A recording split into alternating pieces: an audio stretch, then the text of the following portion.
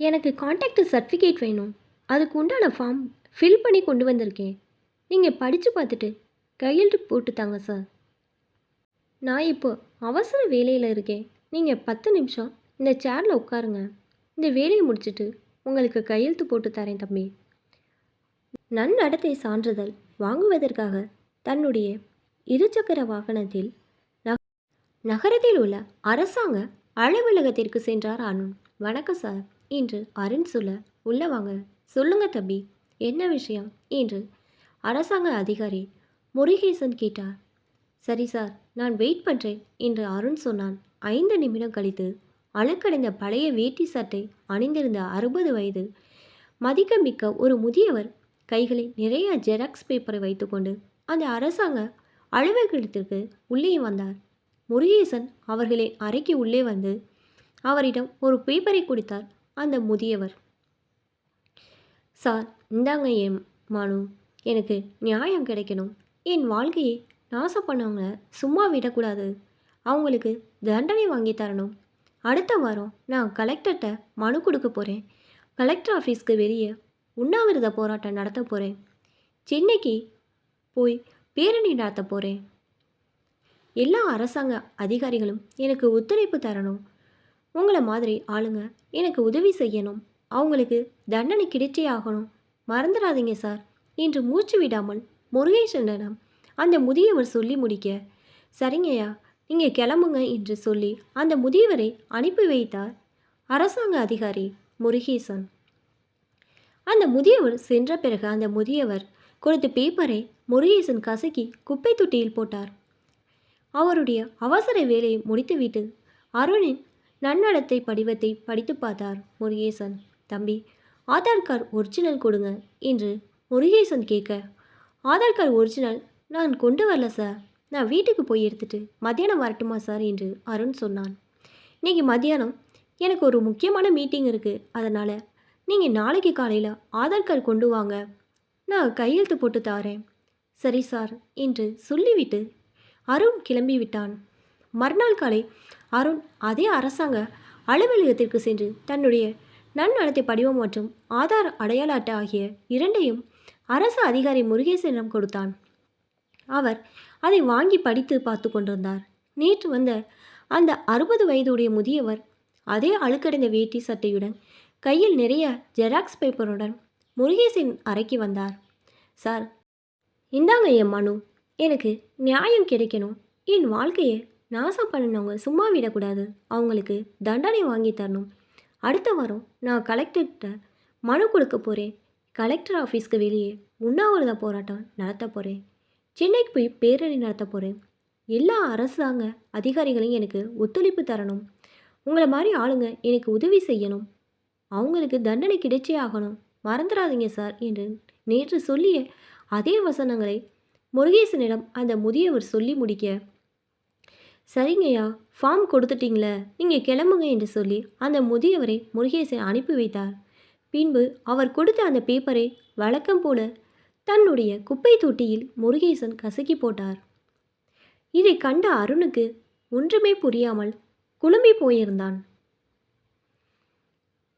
அருணின் நன்னடத்தை படிவத்தில் முருகேசன் கையெழுத்திட்ட பிறகு, தம்பி, இந்தாப்பா உன் சர்டிஃபிகேட் என்று முருகேசன் கொடுக்க, ரொம்ப நன்றி சார் என்று சொல்லி தன்னுடைய நன்னடத்தை சான்றிதழை அருண் வாங்கிய பிறகு, சார், உங்ககிட்ட உன்னை கேட்கலாமா என்று அருண் சொல்ல, கேளு தம்பி என்று முருகேசன் கூறினார். யார் சார் அந்த பெரியவர்? நேற்று வந்தார், இன்றைக்கும் வந்தார். நேற்று சொன்னதை அப்படியே இன்றைக்கி சொல்கிறாரு. நேற்று கொடுத்த பேப்பர் இன்னைக்கு தராரு. ஒன்றுமே புரியல சார். தம்பி, நீ 2 நாளாக தான் அவரை பார்க்குற. நாங்கள் கடந்த 2 வருஷமாக தினமும் அவரை பார்க்குறோம். தினமும் காலையில் அவர் எழுதிய அந்த பேப்பரை நிறைய ஜெராக்ஸ் போட்டு வச்சுருப்பார். இந்த ஊரில் இருக்கிற எல்லா கவர்மெண்ட் ஆஃபீஸ்க்கும் போவார். அங்கே வேலை செய்கிற எல்லார்கிட்ட ஆளுக்கு ஒரு ஜெராக்ஸ் பேப்பர் கொடுப்பாரு. இங்கே அவர் என்கிட்ட என்ன சொன்னாரோ அதை அப்படியே எல்லார்கிட்டையும் இதே மாதிரி சொல்வார். எல்லாரும் அவர் தர பேப்பரை வாங்கி வச்சுக்கிட்டு அவரை போக சொல்லிடுவாங்க. பார்த்தா கொஞ்சம் மனநலம் பாதிக்கப்பட்டவர் மாதிரி தெரிகிறாரு.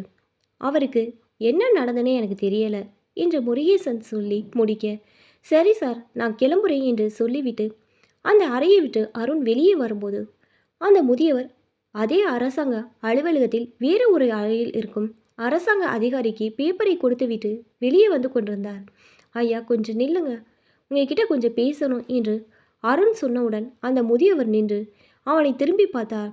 எல்லா கவர்மெண்ட் ஆஃபீஸ்க்கும் போய் அந்த வேலை செய்கிற எல்லார்கிட்டையும் இந்த பேப்பரை தாரீங்க, எனக்கு நியாயம் வேணும், அவங்களுக்கு தண்டனை கிடைக்குன்னு சொல்கிறீங்க, என்னையா நடந்துச்சு உங்களுக்கு என்று அருண் கேட்க, என் பேர் கந்தசாமி, 3 வருஷத்துக்கு முன்னாடி சென்னையில் இருக்கிற ஒரு கம்பெனியில் வாட்ச்மேனாக வேலை பார்த்துக்கிட்டு இருந்தேன்.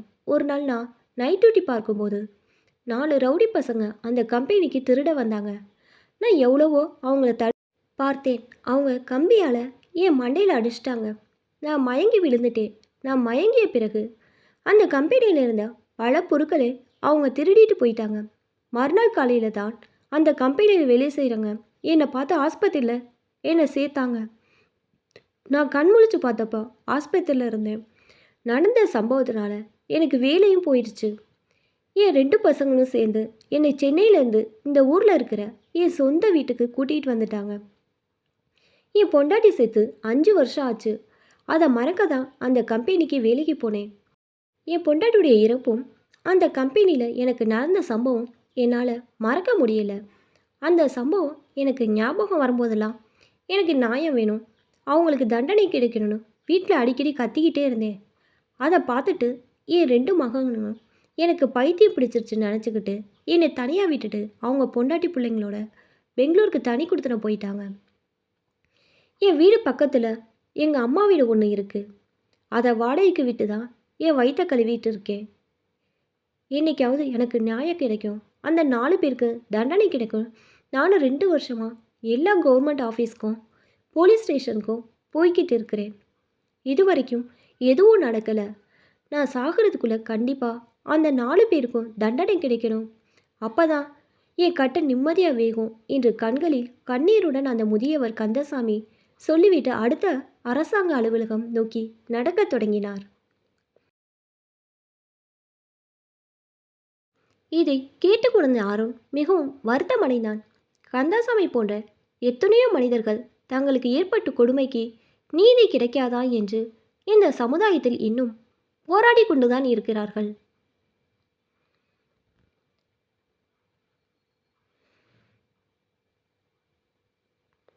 இப்போதான் என்னோட சேனல் ஃபஸ்ட் டைம் பார்க்குறீங்கன்னா சப்ஸ்கிரைப் பண்ணிக்கோங்க. பக்கத்தில் இருக்க பெல் ஐக்கனை ப்ரெஸ் பண்ணிக்கோங்க. அப்போ தான் நான் ஒவ்வொரு தடவை வீடியோ போடும் போதும் உங்களுக்கு நோட்டிஃபிகேஷனில் வரும். தேங்க்ஸ் ஃபார் வாட்சிங்.